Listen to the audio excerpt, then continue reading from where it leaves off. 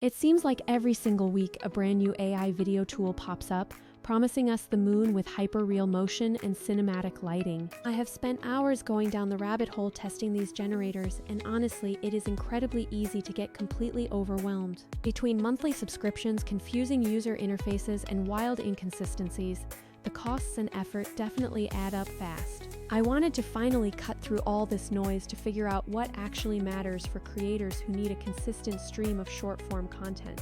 The reality is that there is absolutely no point in having one gorgeous, high-quality render if it is impossible to turn it into dozens of clips.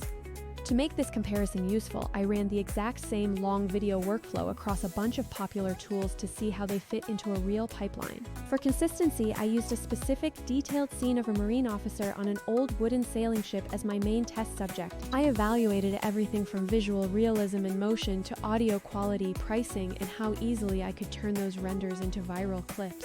First, we have to talk about the Kling family, specifically Kling 2.5, which everyone currently seems to be talking about. For a single-shot cinematic quality, it is honestly fantastic, providing gorgeous reflections and realistic movement without breaking your wallet. But here's the catch.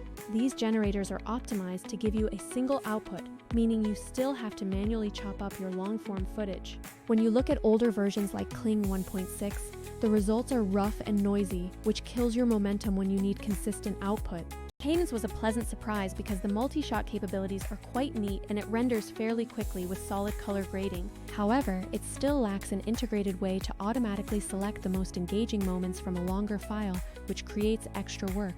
Now, the big guns like Sora 2 are incredibly impressive, especially when it comes to immersive sound design and polished character glances. While they are stunning for hero content, high per-generation costs make them a poor fit if your main goal is consistent, daily social posts. I also tested several other lineups like the Huan family, Google VO series, Hi-O variants, and standalone models like Pixverse. Google VO 3.1 delivered a very cohesive package with great ambient audio, while Pixverse 5 surprised me with a solid balance of price and performance.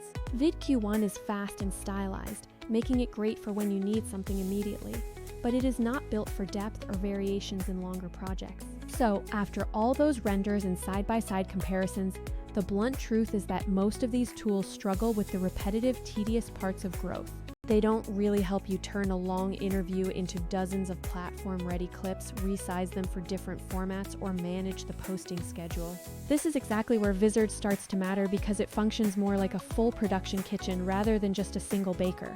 Think of it this way. If a fancy generator gives you the perfect loaf of bread, Vizard automates the baking, plating, and delivery to your customers. When you have a 90-minute podcast, most tools require you to manually render, slice, caption, and resize in multiple different applications. With Vizard, the workflow is built for volume. You upload the long video and it automatically finds viral moments using AI that understands engagement. It doesn't just cut randomly. It specifically prioritizes moments like laughter, emotional spikes, and surprising takes that hook the audience instantly. Beyond editing, scheduling is usually a massive choke point for creators, especially when you need to keep a consistent posting cadence. Vizard's auto schedule feature lets you set your frequency and it will automatically queue your clips, saving you hours of dashboard hopping. And the content calendar is another underrated part of growth, allowing you to review, tweak, and reorder clips without juggling 10 different logins. Vizard centralizes the entire editorial pipeline so you can create, preview, schedule, and publish everything from one single location. To be clear, high-end models like Sora 2 are still perfect for jaw-dropping hero moments, so use those for your trailers and main brand pieces. But Vizard doesn't aim to replace those visual generators. Instead, it perfectly complements them by handling the heavy lifting of repurposing. I recently used Vizard on a 75-minute live stream and it pulled out 27 incredible clips that I would have never thought to highlight myself. It even handled the auto-captioning and suggested the best posting dates based on my frequency, letting me schedule 2 weeks of content in under 20 minutes. If you are a solo creator, time is your scarcest resource, and using a tool that saves you that much time is an absolute game changer. At the end of the day, pretty renders are great, but consistency is exactly what wins over the algorithms and builds your audience. If you want to test it yourself, try feeding one of your long episodes into Vizard and just see how much time you save compared to your current workflow. If you are interested, I can draft a short step-by-step tutorial showing exactly how to go from a raw video file to 2 weeks of scheduled posts. That's the part that creators usually appreciate the most, seeing the time saved in real numbers rather than just relying on pretty promises. Just let me know in the comments if you want to see that walkthrough and I will put it together for you immediately.